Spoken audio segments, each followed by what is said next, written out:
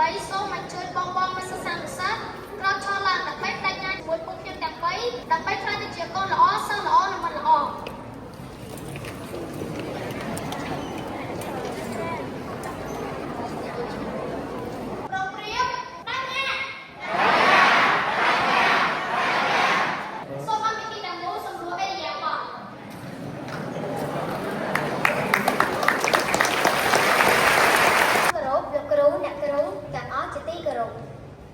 សូមស្វាគមន៍មិត្តបងសិស្សានុសិស្សទាំងអស់ជាទីមេត្រីនាងខ្ញុំឈ្មោះភារីមុនីនេះជាសិស្សនិស្សិតថ្នាក់ទី5កនៃសាលាបឋមសិក្សានៃអង្គការមហាវិទ្យាល័យហូននាងប្រៃកំពឹងនាងខ្ញុំឈ្មោះសុខាធារីនីជាសិស្សនិស្សិតថ្នាក់ទី5កនៃសាលាបឋមសិក្សានៃអង្គការមហាវិទ្យាល័យហូននាងប្រៃកំពឹងខ្ញុំបានឈ្មោះឈូសុងលៀងមេងជាសិស្សនិស្សិតថ្នាក់ទី6កនៃសាលាបឋមសិក្សានៃអង្គការមហាវិទ្យាល័យហូននាងប្រៃកំពឹងថ្ងៃនេះពួកយើងទាំង3នាក់សូមលើកសូមឡើងមកធ្វើបទបង្ហាញក្រោមប្រធានបទឧត្តមមានវត្តការអនុវត្តសកម្មភាពក្រុមរក្សាកុមារកម្ពុជាថ្ងៃនេះពួកយើងទាំង3នាក់សូមលើកយកវេទិកាចំនួន4 1សកម្មភាពរបស់ក្រុមរក្សាកុមារកម្ពុជាសាលាបឋមសិក្សាប្រៃកំពឹង 2ការសិក្សាលើការប្រើប្រាស់ប្រព័ន្ធឌីជីថល 3គុណសម្បត្តិក្នុងការប្រើប្រាស់ប្រព័ន្ធបច្ចេកវិទ្យា 4ការចែករំលែកសកម្មភាពរបស់កូនល្អសិស្សល្អនិងមិនល្អ 1ការប្រជុំមុខសរុបលទ្ធផលការងារនិងលើកទិសដៅការងារសម្រាប់ខែបន្ទាប់ជារៀងរាល់ខែនៅពេលចុងខែលោកនាយកក៏ដូចជាលោកគ្រូឆេងឆាលីដែលក៏ជាអ្នកដឹកនាំក្រុមរក្សាកុមារផ្ទាល់តែតែក៏ហៅក្រុមរក្សាកុមារយើងខ្ញុំឲ្យមកប្រជុំមុខសរុបលទ្ធផលការងារនៅក្នុងមួយខែនិងលើកទិសដៅក៏ដូចជាដាក់ការងារឲ្យក្រុមរក្សាកុមារយើងខ្ញុំអនុវត្តនៅខែបន្ទាប់ 2ការទទួលគណៈប្រតិភូនិងការរៀបចំបរិក្ខារសាលារៀនរូបភាពទី1នេះជាសកម្មភាពរបស់សិស្សានុសិស្សបានទទួលឯកឧត្តមមន្ត្រីសភាចារហ៊ុនជូណារ៉ូឧបនាយករដ្ឋមន្ត្រីក្រសួងអប់រំយុវជននិងកីឡាដែលលោកបានអញ្ជើញទៅសាលាយើងខ្ញុំដើម្បីទស្សនកិច្ចរូបភាពទី2នេះជាសកម្មភាពរបស់លោកគ្រូដែលបានដឹកនាំសិស្សានុសិស្សlàmការនៅក្នុងសួនច្បារដើម្បីធ្វើឲ្យសាលាមានសោភ័ណភាពស្អាតហើយអាទី3នេះវិញជាសកម្មភាពរបស់សិស្សានុសិស្សសម្អាតបន្ទប់ទឹកតាមវេនដែលអ្នកគ្រូបានដាក់ឲ្យ3បានបង្កើតមន្ទីរអប់រំនៅខេត្តសៀមរាបកាលពីដើមឆ្នាំពួកយើងទាំង3នាក់ពិតជាមានកិត្តិយសខ្លាំងមែនទែនដែលបានទៅធ្វើបទបង្ហាញនៅខេត្តសៀមរាបដែលជាទឹកដីអច្ឆរិយៈហើយប្រទេសជិតខាងក៏ដូចជាប្រទេសនៅលើសកលលោកបានស្គាល់ប្រទេសកម្ពុជាយើងដោយសារតែខេត្តនិងវប្បធម៌ក៏ដូចជាប្រាសាទនៅក្នុងខេត្តនេះផងដែរហើយបន្ថែមពីលើនេះទៅទៀតពួកយើងទាំង3នាក់ក៏បានទៅធ្វើបទបង្ហាញនៅឯមន្ទីរអប់រំយុវជននិងកីឡារាជធានីភ្នំពេញ4បទបង្ហាញអំពីបទពិសោធន៍កូនល្អសិស្សល្អនិងមិត្តល្អជារៀងរាល់ថ្ងៃសៅរ៍លោកនាយកនៅសាលាយើងខ្ញុំតែងតែឲ្យសិស្សានុសិស្សឡើងធ្វើបទបង្ហាញនៅក្រោមប្រធានបទផ្សេងៗគ្នាដូចជាកូនល្អសិស្សល្អមិត្តល្អកូនកតញ្ញូនិងប្រធានបទផ្សេងៗទៀតដើម្បីឲ្យពួកគាត់បានចែករំលែកនូវបទពិសោធន៍ដែលពួកគាត់ធ្លាប់អនុវត្តទៅដល់សិស្សានុសិស្សឲ្យបានអនុវត្តផងដែរ5បទបង្ហាញស្ដីអំពីហិរញ្ញវត្ថុឆាជីងនិងកម្រងសិទ្ធិទាំង4រូបភាពទី1នេះជាសកម្មភាពរបស់សិស្សានុសិស្សថ្នាក់ទី4ដែលបានឡើងទៅធ្វើបទបង្ហាញស្ដីអំពីការសន្សំលុយដែលដកស្រង់ចេញពីសៀវភៅសិក្សាឆាជីងចំពោះសៀវភៅសិក្សាឆាជីងនេះផងដែរសិស្សដែលរៀននៅកម្រិតថ្នាក់ទី4តែបានសិក្សាអំពីវាឲ្យចេះពីរបៀបបរិច្ចាគលុយរកលុយសន្សំលុយនិងចាយលុយហើយចំណែកសកម្មភាពទី2នេះជាសកម្មភាពរបស់ក្រុមរក្សាកុមារដែលបានឡើងធ្វើបទបង្ហាញអំពីកម្រងសិទ្ធិទាំង4 6ការផ្សព្វផ្សាយគ្រឿងញៀនការគោរពច្បាប់ចរាចរណ៍និងការកេងប្រវ័ញ្ចផ្លូវភេទលើកុមារយើងដឹងហើយថាសង្គមជាតិយើងសប្តាហ៍ថ្ងៃនេះមានយុវជនក៏ដូចជាយុវតីមួយចំនួនដែលបានប្រើប្រាស់គ្រឿងញៀនដូច្នេះហើយកត្តាពួកគេទាំងអស់នេះហើយក៏ធ្វើឲ្យសង្គមជាតិយើងទាំងអស់គ្នាមិនមានខ្វះនៅធនធានមនុស្សដើម្បីអភិវឌ្ឍប្រទេសជាតិដូច្នេះលោកនាយកក៏បានឲ្យក្រុមរក្សាកុមារដែលផ្សព្វផ្សាយអំពីគ្រឿងញៀននិងផលប៉ះពាល់នៃគ្រឿងញៀនហើយបច្ចុប្បន្ននេះចរាចរណ៍នៅប្រទេសកម្ពុជាយើងតែងតែមានគ្រោះថ្នាក់ចរាចរណ៍កើនឡើងជាបន្តបន្ទាប់ជារៀងរាល់ថ្ងៃដូច្នេះហើយលោកនាយកបាន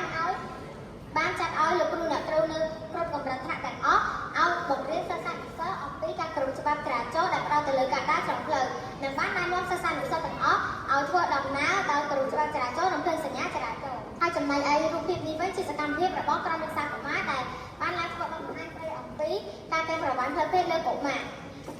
មនុស្សស្រីយើងក៏ដូចជាយុវតីយើងទាំងអស់គ្នាត្រូវតែប្រុងប្រយ័ត្នព្រោះពេលវេលាពីព្រោះថាវ័យរបស់យើងគឺជាពេលពេញវ័យដែលធ្វើឲ្យដំណើរអបមុនរបស់យើងមានការបំប្រែបំរួលតែធ្វើឲ្យយើងចង់ដឹងនិងចង់ឃើញអំពីរឿងដែលយើងមិនគួរដឹងហើយដូច្នេះយើងត្រូវប្រុងប្រយ័ត្នខ្លួនដើម្បីកុំឲ្យពួកប្រព្រឹត្តយកទៅកេងប្រវ័ញ្ចផ្លូវភេទទាំងពីរការផ្សព្វផ្សាយអំពីចំណីអាហារនិងសកម្មភាពជួយសិស្សជួបការលំបាកជារៀងរាល់ថ្ងៃលោកនាយកតែងតែយកចិត្តទុកដាក់ដល់ការបរិភោគចំណីអាហាររបស់សិស្សានុសិស្សយើងទាំងអស់គ្នានៅក្នុងសាលារៀនដូច្នេះលោកនាយកបានឲ្យក្រុមរក្សាកុមារដើរឡើងស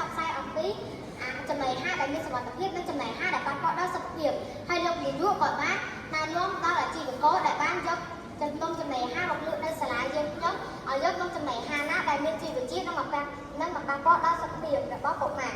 ហើយបន្ថែមពីលើនេះទៅទៀតលោកនាយកក៏ដូចជាលោកគ្រូអ្នកគ្រូនៅគ្រប់ថ្នាក់ទាំងអស់តែបានជួយសិស្សជួបការលំបាកដែលជួយដូចជាសម្ភារៈសិក្សាមានដូចជាប៊ិចសៀវភៅខ្មៅដៃបន្ទាត់និងជាន់លុបក៏ដូចជាគ្រឿងសម្ភារៈសិក្សាផ្សេងៗជួយទៅដល់សិស្សដែលខ្វះខាតនិងជួបការលំបាក8ដំណើរទស្សនកិច្ចសិក្សាយើងដឹងហើយថាការសិក្សាមិនមែនតែត្រូវការសិក្សានៅក្នុងថ្នាក់ក៏ដូចជាការសិក្សានៅផ្ទះបន្ថែមនោះទេយើងក៏ត្រូវការអនុវត្តក៏ដូចជាការឃើញផ្ទាល់ផងដែរដូច្នេះហើយលើក្រុមសាលាទាំងអស់ត្រូវតែមានកម្មវិធីមួយដែលហៅថាដំណើរទស្សនកិច្ចសិក្សាដែលជាក់ស្ដែងសាលាយើងខ្ញុំបានឲ្យសិស្សានុសិស្សទៅធ្វើដំណើរទស្សនកិច្ចសិក្សានៅខាងក្រៅដែលមានដូចជាសាកលវិទ្យាល័យភូមិន្ទកសិកម្មមជ្ឈមណ្ឌលប្រឡាយភូមិសាស្ត្រជើងឯកសាលាក្តីខ្មែរក្រហមនិងព្រះបរមរាជវាំង9អប់រំបំណងជីវិតលើពីការសិក្សានេះទៅទៀតលោកនាយកក៏បានបង្កើតនៅកម្មវិធីមួយដែលហៅថាអប់រំដំណឹងជីវិតដែលជារៀងរាល់ថ្ងៃប្រហ័សលោកគ្រូអ្នកគ្រូប្រចាំថ្នាក់តែងតែដឹកនាំសិស្សឲ្យទៅដាំដំណាំដើម្បីឲ្យពួកគេបានចេះពីរបៀបដាំដំណាំដែលត្រឹមត្រូវនិងបាននៅដំណាំតែធម្មជាតិនិងមិនមានជាតិគីមីហើយលោកគ្រូអ្នកគ្រូក៏បានដឹកនាំសិស្សានុសិស្សទៅធ្វើម្ហូបនំចំណីក៏ដូចជាបង្អែមដើម្បីឲ្យពួកគេបានចេះពីវិជ្ជាមេផ្ទះនិងបានជួយការងាររបស់ឪពុកម្ដាយនៅផ្ទះបន្ថែមផងដែរ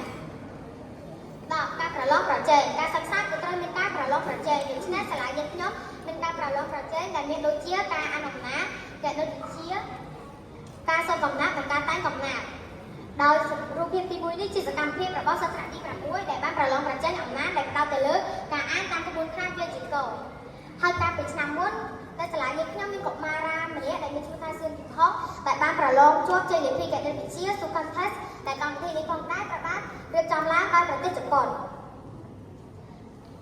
11ការចូលរួមរៀបចំពិធីបុណ្យនានាការចូលរួមរៀបចំពិធីបុណ្យមិនមែនមានតែមនុស្សពេញវ័យក៏ដូចជាមនុស្សចាស់ដែលអាចចូលរួមធ្វើបាននោះទេសូម្បីតែកុមារយើងទាំងអស់គ្នាក៏អាចចូលរួមប្រារព្ធបានផងដែរដូច្នេះសាលាយើងខ្ញុំបានឲ្យសិស្សានុសិស្សចូលរួមនៅពិធីបុណ្យបូជានៅឯវត្តព្រះធ្លឹងហើយនៅជារៀងរាល់ខែ4នៅពេលមុនពេលវ៉ាកងលោកគ្រូអ្នកគ្រូបានដឹកនាំសិស្សានុសិស្សឲ្យទៅរៀបចំសាលាដើម្បីធ្វើសង្ក្រាន្តនិងដើម្បីត្រៀមទទួលទេវតានៅឆ្នាំថ្មីមុននឹងបញ្ចប់នេះខ្ញុំមានសំណួរមួយសួរទៅកាន់សិស្សានុសិស្សទាំងអស់គ្នាតើសិស្សានុសិស្សទាំងអស់គ្នាបានដឹងទេថាតើនៅថ្ងៃទីប្រមាណកើតនិងខែអ្វីដែលព្រះពុទ្ធព្រះអង្គដាក់អាយុសង្ខារបងមានអាចដឹងសូមឆ្លើយបាននាងខ្ញុំសូមសួរថាតើនៅថ្ងៃទីប្រមាណកើតខែអ្វីដែលព្រះពុទ្ធព្រះអង្គដាក់អាយុសង្ខារថ្ងៃដែលព្រះពុទ្ធព្រះអង្គអាយុសង្ខារគឺនៅថ្ងៃទី15កើតខែ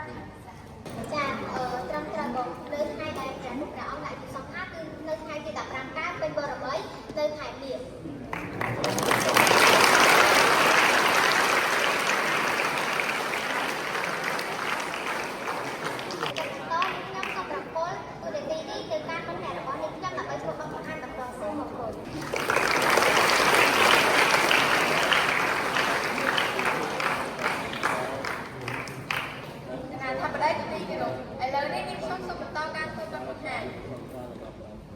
ពីការសិក្សាលើការប្រើប្រាស់ប្រព័ន្ធ Digital ដោយសារតែឆ្នាំសិក្សាថ្មី2024-2025នេះលោកនាយកសាលានៅសាលាបឋមសិក្សាអ្នកអង្គការមហាភក្តីនិងមានព្រៃកំពូលយើងខ្ញុំបានចាត់ចែងឲ្យសិស្សានុសិស្សទាំងអស់គ្រប់កម្រិតថ្នាក់ចាប់ពីថ្នាក់ទី4ដល់ថ្នាក់ទី6សិក្សាផ្នែកកុំព្យូទ័របន្ថែមជាក់ស្ដែងរូបភាពទាំងនេះគឺជាសកម្មភាពរបស់សិស្សថ្នាក់ទី4ដែលកំពុងរៀនមកកុំព្យូទ័រឯសកម្មភាពទាំងនេះគឺជាសកម្មភាពរបស់សិស្សថ្នាក់ទី5ដែលកំពុងរៀនមកកុំព្យូទ័រឯសកម្មភាពទាំងនេះវិញគឺជាសកម្មភាពរបស់សិស្សថ្នាក់ទី6ដែលកំពុងរៀនមកកុំព្យូទ័រដូចគ្នា3គុណសម្បត្តិក្នុងការប្រើប្រាស់ប្រព័ន្ធបច្ចេកវិទ្យា1ការទំនាក់ទំនងឥឡូវនេះយើងទាំងអស់គ្នាតែងតែទំនាក់ទំនងគ្នាតាមកម្មវិធីទាំងពីរនេះដូច្នេះក្នុងនោះរួមមាន Telegram ចំពោះកម្មវិធី Telegram យើងទាំងអស់គ្នាអាចប្រើប្រាស់វាសម្រាប់ទំនាក់ទំនងជាមួយលោកគ្រូអ្នកគ្រូមិត្តភ័ក្តិក្រុមគ្រួសារបានផងដែរដើម្បីសាកសួរពីព័ត៌មានទាក់ទងនឹងមេរៀនផ្សេងៗ2កម្មវិធី Messenger ចំពោះកម្មវិធី Messenger យើងទាំងអស់គ្នាអាចប្រើប្រាស់វាសម្រាប់ទំនាក់ទំនងជាមួយលោកគ្រូអ្នកគ្រូនិងមិត្តភ័ក្តិបានផងដែរ2ការសិក្សាស្រាវជ្រាវបន្ថែមពីលើការសិក្សានៅក្នុងសៀវភៅយើងទាំងអស់គ្នាក៏បីមានកម្មវិធីទាំងពីរនេះសម្រាប់សិក្សាស្រាវជ្រាវនៅផ្ទះបន្ថែមក្នុងនោះរួមមានកម្មវិធី YouTube ចំពោះកម្មវិធី YouTube យើងអាចស្វែងរកវីដេអូដែលលោកគ្រូអ្នកគ្រូបញ្យល់ចំណោទលំហាត់ឬមេរៀនដែលយើងបញ្យល់ចំពោះកម្មវិធី Google យើងអាចប្រើប្រាស់វាសម្រាប់ស្វែងរក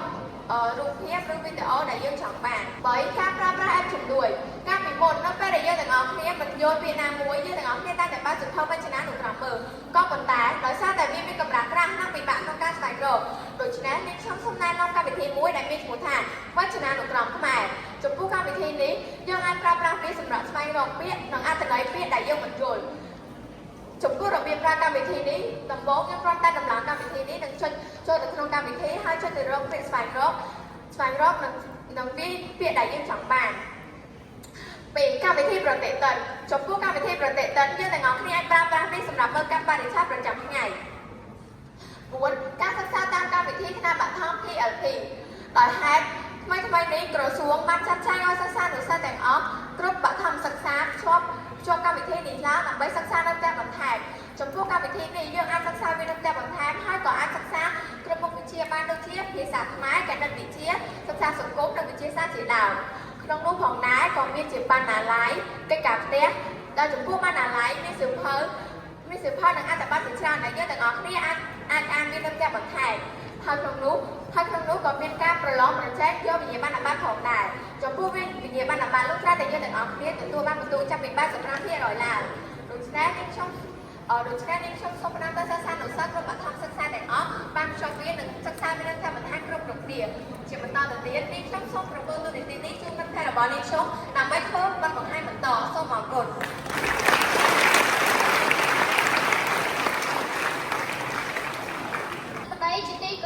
ពេលនេះខ្ញុំបានសូមបន្តការធ្វើបទបង្ហាញ4ការចែករំលែកសកម្មភាពរបស់កូនល្អសិស្សល្អនិងមិនល្អ1កូនល្អដើម្បីក្លាយជាកូនល្អនៅពេលទំនេរពីការសិក្សាយើងត្រូវជួយធ្វើការងារផ្ទះតាមសមត្ថភាពដែលយើងមានដូចជាបោកខោអាវលាងចានជូតផ្ទះបោកផ្ទះជាដើម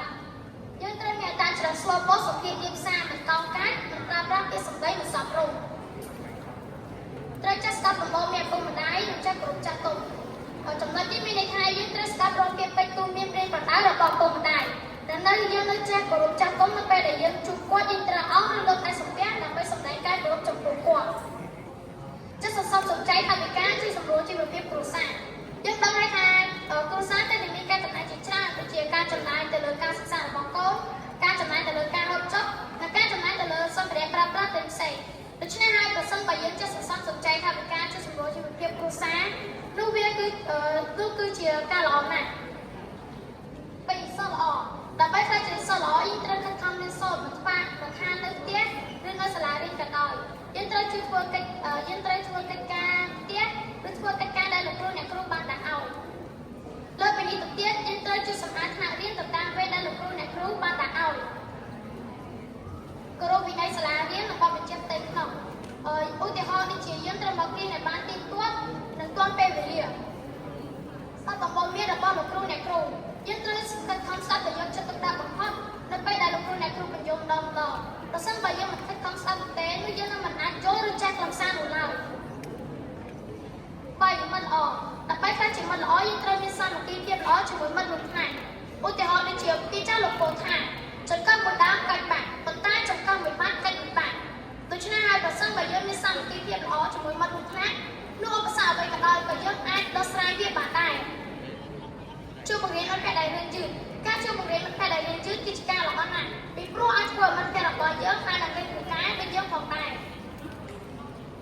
ស្រឡាញ់រាប់អានមិត្តភក្តិគ្រប់គ្នាមិនថាមានឬក្រយើងមិនត្រូវរើសអើងគ្នាទេពីព្រោះការរើសអើងគ្នាអាចធ្វើឲ្យយើងមិនមានមិត្តភាពល្អពិតប្រាកដចែករំលែកតែក្នុងសាលារៀននិងនៅក្រៅសាលារៀនការចែករំលែកគឺជាការល្អណាស់យើងអាចចែករំលែកជារបស់ញ៉ាំការចែករំលែកជាសម្ភារៈសិក្សានិងការចែករំលែកជាច្រើនទៀតដូច្នេះហើយបើសិនបើយើងចេះចែករំលែកនោះវាជាការល្អណាស់មុននឹងឈានដល់ទីបញ្ចប់ពួកខ្ញុំទាំង3សូមអញ្ជើញបងមិត្តសិស្សានុសិស្សក្រោកឈរឡើងដើម្បីបដិញ្ញាចិត្តជាមួយពួកខ្ញុំទាំង3ដើម្បីក្លាយទៅជាកូនល្អសិស្សល្អនិងមិត្តល្អ